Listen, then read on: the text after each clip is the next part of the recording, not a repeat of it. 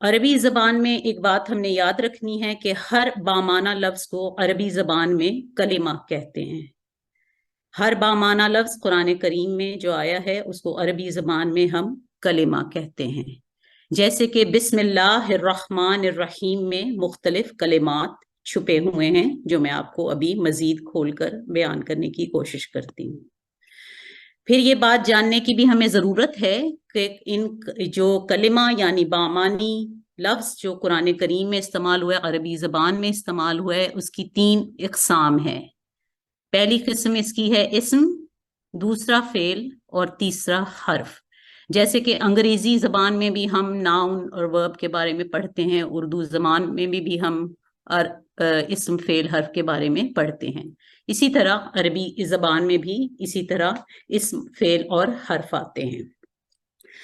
اسم کی ایک مختصر تعریف آپ کو بتاتی ہوں کہ کسی بھی شخص، چیز یا جگہ وغیرہ کا نام یا صفت، یعنی اس اسم کی جو صفت ہے وہ بھی اسم کے ہی زمرے میں آتی ہے.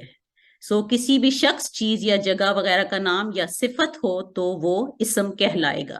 جیسے کہ آپ کو ایک مثال میں نے یہاں دی ہے، محمد صلی اللہ علیہ وسلم، یہ حضرت محمد حضرت محمد صلی اللہ علیہ وسلم کا نام، اسم مبارک، ٹھیک ہے. جنتن ایک جگہ ہے، اور یہ جنت جس کا عام تصور پایا جاتا ہے، تو جنتن یہ بھی ایک اسم ہے، یہ ایک جگہ کا نام ہے. کتابن یہ ایک چیز ہے پڑھنے کے لیے جو ہم استعمال کرتے ہیں، کتاب، اس کو عربی میں کتابن کہا جاتا ہے، اور یہ اسم کے زمرے میں آتا ہے.